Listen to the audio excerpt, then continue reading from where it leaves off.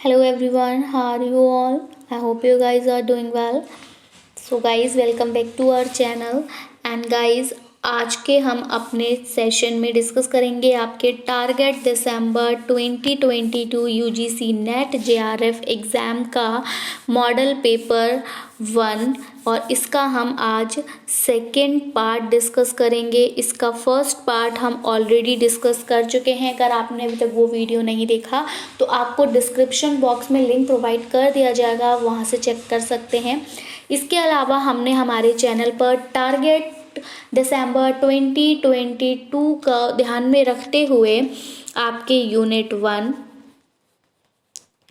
Unit 2, unit 3, 4, 7, 9 and 10 units के important PYQ और कुछ इम्पॉर्टेंट नोट्स के जो है वो आपके सेशंस पड़े हुए हैं। अगर आपने वो वीडियो हमारी नहीं देखी है तो आपको वहाँ इनका लिंक भी डिस्क्रिप्शन बॉक्स में दे दिया जाएगा, आप चेक कर सकते हैं। और अगर अभी तक आप हमारे चैनल पर नए हैं या फिर आपने हमारे चैनल को सब्सक्राइब नहीं किया है तो यूजीसी नेट एग्जाम की बेस्ट प्रिपरेशन के लिए चैनल को सब्सक्राइब करें और बेल आइकन को प्रेस करना बिल्कुल ना भूलें, ताकि जब भी न्यू वीडियो अपलोड हो उसका नोटिफिकेशन सबसे पहले आप तक पहुंच सके। तो चलिए गाइस, स्टार्ट करेंगे अपना आज का मॉडल पेपर 1 का पार्ट 2 और ये भी आपके एग्जाम पॉइंट ऑफ व्यू के अकॉर्डिंग बहुत ज़्यादा बेनिफिशियल है।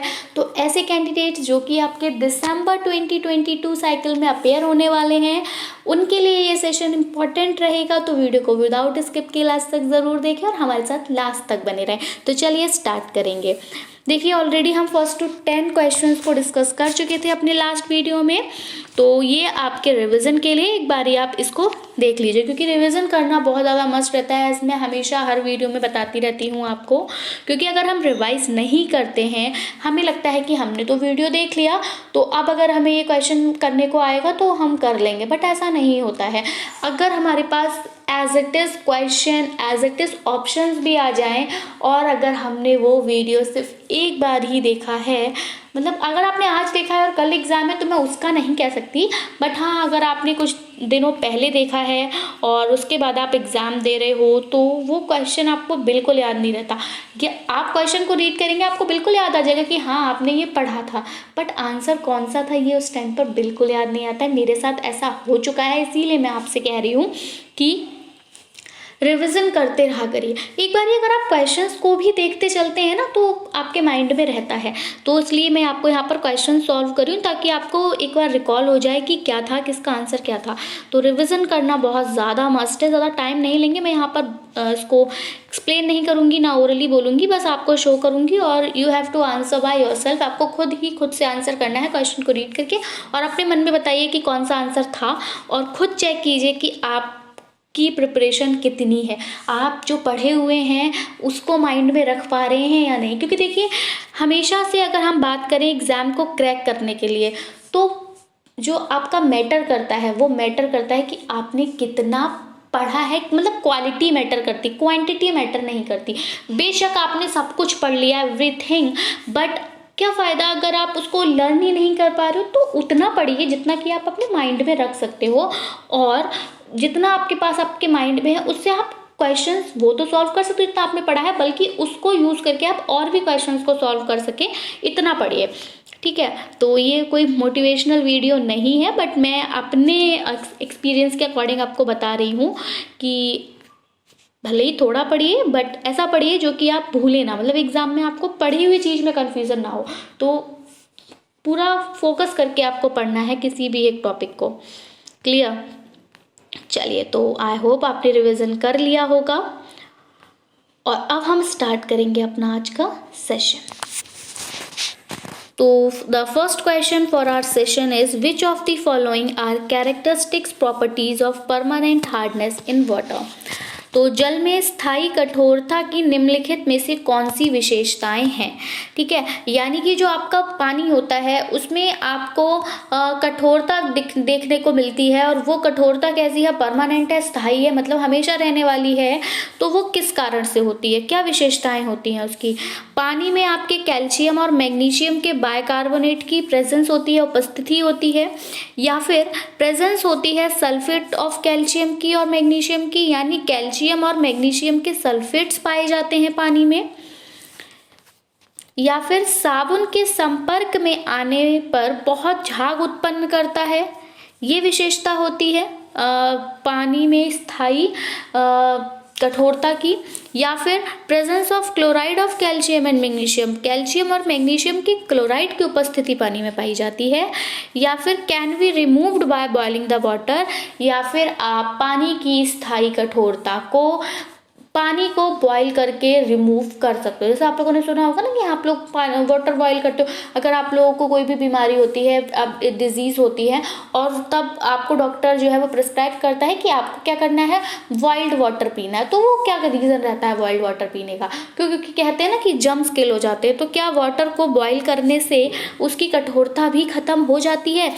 जल को उबालना है, ठीक है, यहाँ पर गलत हो गया था, जल को उबाल कर दूर किया जा सकता है किसको? कठोरता को, ठीक है। तो अब आपको बताना है कि यहाँ पर कौन सी स्टेटमेंट जो है वो आपकी सही है, किस कंटेक्स्ट में?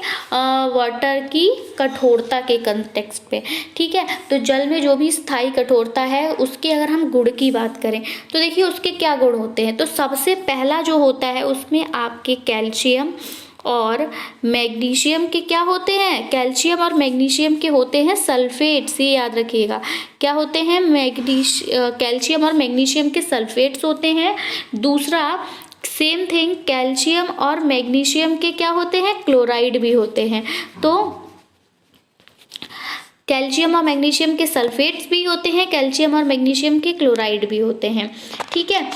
अब देखो इसको याद कैसे करोगे आप मुझे ये बताइए कि पानी आपको कठोर कब लगेगा? देखिए पानी तो आपके लिक्विड फॉर्म में ही है, ऐसा तो नहीं है कि जो कठोरता की बात हो रही है वहाँ पे ये है कि पानी लिक्विड फॉर्म में ना होकर आपको रॉक फॉर्म में मिलेगा, ऐसा तो नहीं है ना। तो कठोरता क्यों आ रही है? तो कठोरता का जो कारण है वो हो सकता है आपका, उसको आप कह सकते हो कि बहुत ज़्यादा सॉल्ट की कंसंट्रेशन है, ठीक है। क्या है? सॉल्ट की कंसंट्रेशन है। मैं आपको ये याद करने का तरीका बता रही हूँ। तो सॉल्ट की कंसंट्रेशन बहुत ज़्यादा है, तो इसलिए हमने पानी को क्या बोला कि कठोर है। अब आप मुझे बताइए कि सॉल्ट की कंसंट्रेशन आपको सबसे ज़्यादा कहाँ देखने को मिलती है? तो वो आपको देखने को मिलती है सी में। जो सी वाटर होता है वो बहुत ज़्यादा सॉल्टी होता है, बहुत ज़्यादा सॉल्टी होता है ना। और क्यों, किस कारण होता है? क्योंकि वहाँ पर जो वाटर होता है उसमें क्या पाया जाता है? उसमें NaCl पाया जाता है। Na क्या है आपका? सल्फर है, ठीक है। और Cl क्या है आपका? क्लोराइड है, ठीक है, क्लोरीन है। तो आप कह सकते हो सल्फर और क्लोरीन है। तो सल्फर और क्लोरीन के पानी में होने की वजह से वाटर सॉल्टी होता है, ठीक है। तो वहीं से आप इसको कनेक्ट करोगे कि सल्फर से आपके क्या बनेंगे? सल्फेट्स बनेंगे, ठीक है। और क्लोरीन से आपके क्या बनेंगे? क्लोराइड्स बनेंगे। तो सल्फेट और क्लोराइड ऐसे बन गए। और अब आपको पता है कि जो आपका सी वाटर होता है उसमें कैल्शियम और मैग्नीशियम भी पाया जाता है। तो वही सेम चीज़ हो जाएगी कि कैल्शियम और मैग्नीशियम के क्या पाए जाते हैं? सल्फेट्स पाए जाते हैं। और क्या पाया जाता है? क्लोराइड्स पाया जाता है। क्लियर है? तो ये दो ही ऑप्शन जो है वो यहाँ पर सही हैं। तो ये ऑप्शंस हमें कहाँ देखने को मिले थे? कितने स्टेटमेंट्स में थे? तो ये दोनों एक तो बी स्टेटमेंट में था आपका कि सल्फेट है कैल्शियम मैग्नीशियम के, और दूसरा था कैल्शियम और मैग्नीशियम के क्लोराइड की प्रेजेंस है। तो ये हमें कहाँ मिले? बी एंड डी, यानी कि ऑप्शन नंबर 4 जो है वो यहाँ पर करेक्ट हो जाएगा। आई होप आपको आंसर क्लियर हुआ होगा। आगे बढ़ेंगे अपने अगले क्वेश्चन की तरफ। In computers ASCII stands for, computer की अगर हम बात करें तो यहाँ पर ये जो ASCII है इसका पूरा नाम क्या है? तो आपको यहाँ पर फुल फॉर्म्स बतानी है, ठीक है। तो फुल फॉर्म आप देख लीजिए एल्गोरिथम, ये तो हिंदी में भी सेम ही रहेगा इसलिए मैंने सिर्फ इसको इंग्लिश में ही लिखा है। Algorithm selection code information interchange, या फिर asymptotic sorting code intermediate interface, American standard control for information interchange, या फिर American standard code for information interchange. अब आप लोगों ने देखा होगा कि ये जो ASCII है ये आपको कहाँ देखने को मिलता है? तो ये आपको प्रोडक्ट्स पर देखने को मिलता है, ठीक है। प्रोडक्ट्स पर ये क्या होता है? एक तरह का हॉलमार्क टाइप होता है, ठीक है। तो ये आपको कहाँ देखने को मिलेगा? प्रोडक्ट्स पर देखने को मिलता है। तो जो इसकी फुल फॉर्म होती है वो होती है आपकी American standard code for information interchange, यानी कि इंफॉर्मेशन को इंटरचेंज करने के लिए ये क्या है, आपका एक अमेरिकन स्टैंडर्ड कोड है। ठीक है, अमेरिका का मानक कोड है। अब हम इसके बारे में थोड़ा सा जान लेते हैं कि इसमें क्या होता है। ये जो American standard code for information interchange ASCII है, यहाँ पर आपके होते क्या हैं, तो याद रखिए यहाँ पर आपको देखने को मिलते हैं 128 अल्फ़ाबेटिकल ऑर्डर। कितने? 128 अल्फ़ाबेटिकल ऑर्डर होते हैं इसमें। दूसरा, न्यूमेरिक और स्पेशल कैरेक्टर होते हैं।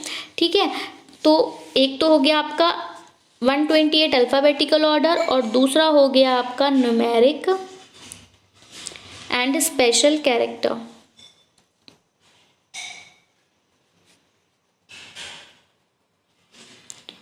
तो क्या होता है, ये जो आपके 128 अल्फ़ाबेटिकल ऑर्डर और न्यूमेरिक और स्पेशल कैरेक्टर, इनको क्या किया जाता है, अलग अलग इनको वैल्यू दी जाती है। ठीक है, और जो आपका ये ASCII सिस्टम है, इसमें जो है एक कैरेक्टर को, ये भी याद रखिएगा, एक कैरेक्टर को किस में निरूपित किया जाता है, तो एक बिट्स में निरूपित किया जाता है।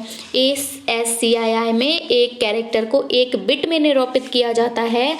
और पूछ लिया जाता है आपसे क्वेश्चन कि 256 कैरेक्टर जो हैं वो इसमें निर्मित किए जा सकते हैं। तो आपको ये 3 बातें याद रखनी है। एक तो इसकी फुल फॉर्म है इसकी American standard code for information interchange. दूसरी बात, यहाँ पर 128 अल्फ़ाबेटिकल ऑर्डर होते हैं और आपके न्यूमेरिक और स्पेशल कैरेक्टर होते हैं, जिनको अलग अलग वैल्यू दी जाती है। और लास्ट आपको पॉइंट याद रखना है कि यहाँ पर आपको 256 कैरेक्टर्स जो हैं वो यहाँ पर निर्मित इससे किए जा सकते हैं।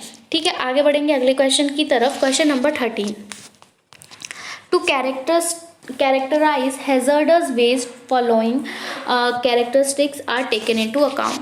अगर हम बात करें खतरनाक अपशिष्ट को अभिलक्षण करने के लिए निम्नलिखित में से कौन सी विशेषताओं पर विचार किया जाता है। तो देखिए कंडक्टिविटी। अच्छा, कंडक्टिविटी की आप बात करें, इसको क्या कहा जाता है, हिंदी में लिखा नहीं है इसलिए मैं आपको बता दे रही हूँ। इसको हिंदी में कहा जाता है चालकता। क्या कहा जाता है?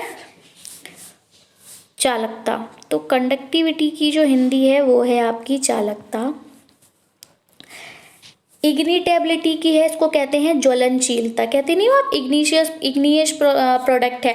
आग्नेय चट्टानें आप लोगों ने पढ़ी होंगी, तो वो चट्टानें आग से मिलके बनती हैं, उसको इसलिए उसको इग्नियस रॉक कहा जाता है।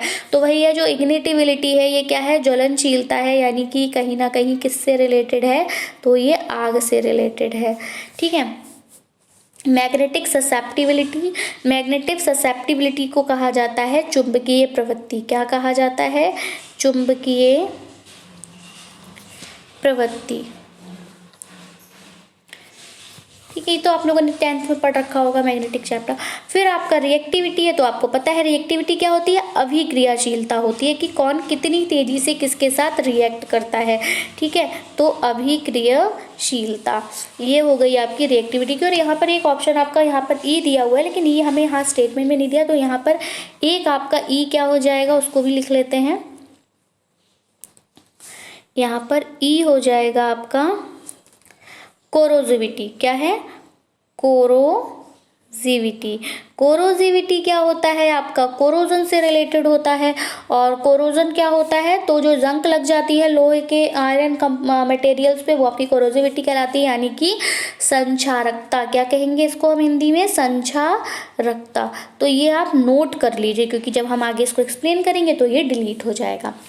ठीक है, तो चलो, क्वेश्चन में आपसे पूछा था कि अगर आपको हैजर्डस वेस्ट के कैरेक्टरिस्टिक्स को कैरेक्टराइज करना है तो आप इनमें से किस पर विचार करेंगे, यानी कि कौन सी विशेषताओं पर विचार करेंगे।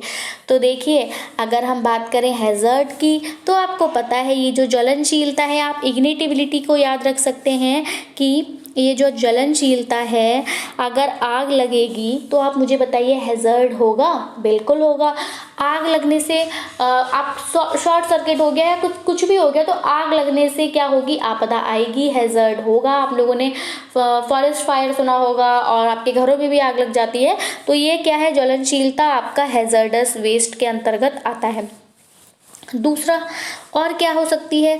तो देखिए, जब आपका दूसरा ये कोरोजिविटी, ये भी आपकी हैज़र्डस की कैरेक्टरिस्टिक के अंतर्गत आती है, क्योंकि क्या हो रहा है, अब मान लीजिए आप लोगों ने सुना होगा कि जो लोहे पे जंग लग जाती है, तो अगर वो आयरन मटेरियल जिस पे जंग लग गई, अगर वो आपको कट कर देता है तो आपको प्रॉब्लम हो सकती है। कैसे? मान लीजिए वो आपको लग जाए, ठीक है, वो लोहा का जो भी प्रोडक्ट है वो आपके अगर कहीं भी लग जाता है और आपको कट लग जाता है तो क्या होता है, उससे आपको टेटनस बनने का रहता है ना। आप लोगों को क्या लोहे चोट लग जाए तो टेटनस का इंजेक्शन लगवाते हैं, तो वो इसी वजह से लगवाते हैं। तो ये कोरोजिविटी की वजह से आयरन जो होता है वो हमारे लिए हैज़र्ड क्रिएट करता है। दूसरा आ जाता है आपका, और हैज़र्ड किससे हो सकता है? तो आपका एक हैज़र्ड हो सकता है कोरोजिविटी से हो सकता है, और आपका इग्निटिविटी से हो सकता है। इग्निटिविटी से और किससे हो सकता है? तो और आपका हो सकता है रिएक्टिविटी से। तो इन तीन चीज़ों से हैज़र्ड, मतलब इन तीन चीज़ों को हम हैज़र्ड की क्या मानते हैं? कैरेक्टरिस्टिक मानते हैं। बाकी कंडक्टिविटी से हम नहीं कह सकते कि चालकता से आपका हैज़र्ड हो जाता है। क्या भी कैसे हो जाएगा? कोई किसी चीज़ को अगर कंडक्ट कर रहा है तो हम ये बोल देंगे कि उससे, मतलब मान लीजिए हमारी लाइफ है, हमारी लाइफ को जो है वो वाटर जो है वो कंडक्ट कर रहा है, वाटर नहीं होगा तो वी कांट सर्वाइव। तो हम क्या वाटर को कह सकते हैं कि हमारे लिए हैज़र्ड है? अरे हैज़र्ड नहीं है, वो बात अलग है। हाँ, हम इन्फेक्शियस वाटर पी लेते हैं तो मतलब इन्फेक्शियस वाटर पिया तो वो हमारे को डिजीज़ वगैरह कॉज कर दे, वो अलग चीज़ है, लेकिन वो हमारे लिए क्या है? हैज़र्ड नहीं है, ठीक है। ऐसी मैग्नेटिक ससेप्टिबिलिटी, चुंबकीय प्रवृत्ति से भी कोई हैज़र्ड नहीं होता, तो इसलिए दोनों गलत हो जाएंगे, ठीक है। सही है इग्निटिविटी, रिएक्टिविटी और कोरोजिविटी। अब आप मुझसे कहेंगे कि अब रिएक्टिविटी कैसे है? तो देखिए रिएक्टिविटी ऐसे है, कोई भी केमिकल्स जब आपस में रिएक्ट कर जाते हैं, आप लोगों ने केमिस्ट्री की जब एक्सपेरिमेंट्स किए होंगे अपनी लैब में, तो काफ़ी बार आपने केमिस्ट्री लैब में आग लगाई होगी, लगाई है ना। तो वो किस वजह से हुआ था? केमिकल्स की रिएक्शंस की वजह से हुआ था, तो उससे भी हैज़र्ड क्रिएट हो गया। आग लगे, किसी का हाथ जल सकता है, कोई केमिकल अगर किसी के ऊपर गिर गया तो कपड़े जल जाते हैं, ठीक है, कपड़े जल सकते हैं, आपके बॉडी पार्ट बर्न हो सकता है, तो ये भी एक हैज़र्ड है, रिएक्टिविटी। तो ये तीन चीज़ें हमारी हो गई, लेकिन अब यहाँ पर हमारा जो करेक्ट आंसर जाएगा that goes with option number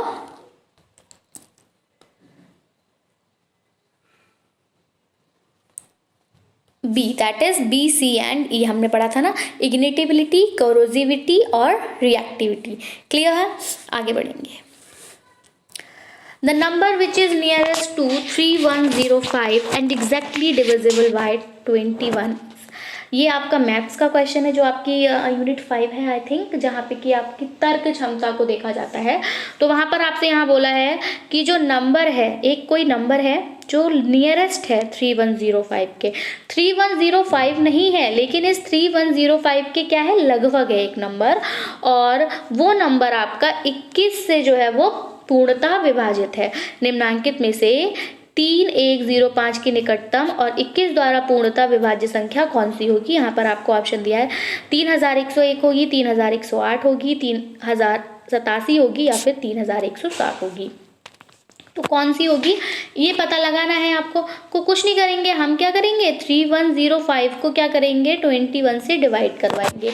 अब जब आप 21 से डिवाइड करेंगे तो आपको देखिए ऐसा कि आपके ऑप्शन में, अब आप इसको क्वेश्चन को ऐसे भी सॉल्व कर सकते हो, आपके पास टाइम है, आप इन सारे ऑप्शंस को रख के 21 से डिवाइड कर लीजिए, जो ऑप्शन 21 से डिवाइड हो जाएगा वही आपका क्लियर हो जाएगा। ये मैं बता रही हूँ, अगर आप नहीं कर पा रहे हैं कि कैसे करना है तब, ठीक है, बस थोड़ा सा टाइम टिके ना। लेकिन अगर आप ऐसे नहीं करेंगे, थोड़ा कॉमन सेंस यूज करेंगे, तो आप मुझे ये बताइए कि जब आपसे बोला है कि इसके पास वाली एक संख्या पूछिए जो 21 से जो है वो विभाजित है। अब आप मुझे बताइए 101 है, यहाँ पर कितना डिफरेंस है, सिर्फ आपका 4 नंबर का डिफरेंस है। तो जब कोई भी नंबर 21 से डिविजिबल होगा तो इस नंबर और उस नंबर के बीच में 21 का डिफरेंस तो होना चाहिए ना, तो इसलिए ये तो बिल्कुल नहीं होगा, मतलब तो ये तो है नहीं, तो ये नहीं होगा। तो इसमें हम कितना ऐड करें कि वो नंबर मिल जाए हमें जिससे कि हम 21 को डिवाइड करें। तो हम कुछ नहीं करेंगे, बस हम 3105 को 21 से जब डिवाइड करेंगे, हमें पता है कि ये कम्प्लीटली डिविजिबल नहीं होगा। तो ये कम्प्लीटली डिविजिबल नहीं होगा, मान लीजिए कितना आया, तो आपका आएगा 148, और उसको हम 21 से क्या करवा देंगे, मल्टीप्लाई करवा देंगे। तो जब 21 से मल्टीप्लाई करवा के जितना रिमाइंडर आएगा उसको माइनस कर देंगे, तो आपका जो करेक्ट आंसर है वो आ जाएगा। और वो कितना आएगा, वो आ जाएगा आपका 3108। कितना आ जाएगा, 3108। क्लियर, करके देख लीजिएगा आप एक बारी। और आपका भी अगर कोई मतलब इसके ऐसे क्वेश्चन को सॉल्व करने के अलग अलग मेथड्स होते हैं। आप विभाज्यता के नियम से भी कर सकते हैं, आप ऑप्शन से भी कर सकते हैं, और आप अपने माइंड का यूज़ करके भी कर सकते हैं। क्लियर, आगे बढ़ेंगे। Which among the following is not the responsibility of UGC. अब यूजीसी की कौन सा उत्तरदायित्व यूजीसी का नहीं होता है? तो ये हमारा किस यूनिट से है? तो ये हमारा यूनिट 10 से है, जिसका नेम है हायर एजुकेशन सिस्टम। उस यूनिट में हमसे यूजीसी से रिलेटेड क्वेश्चन पूछे जाते हैं, यूनिवर्सिटी से रिलेटेड, एजुकेशन, हायर एजुकेशन के जो भी नॉर्म्स, रूल्स, रेगुलेशंस होते हैं उनसे रिलेटेड क्वेश्चंस होते हैं। तो यहाँ पर आपसे यही पूछ लिया कि यूजीसी का उत्तरदायित्व इनमें से कौन सा नहीं है। आप देख लीजिए क्या क्या बता रहे हैं।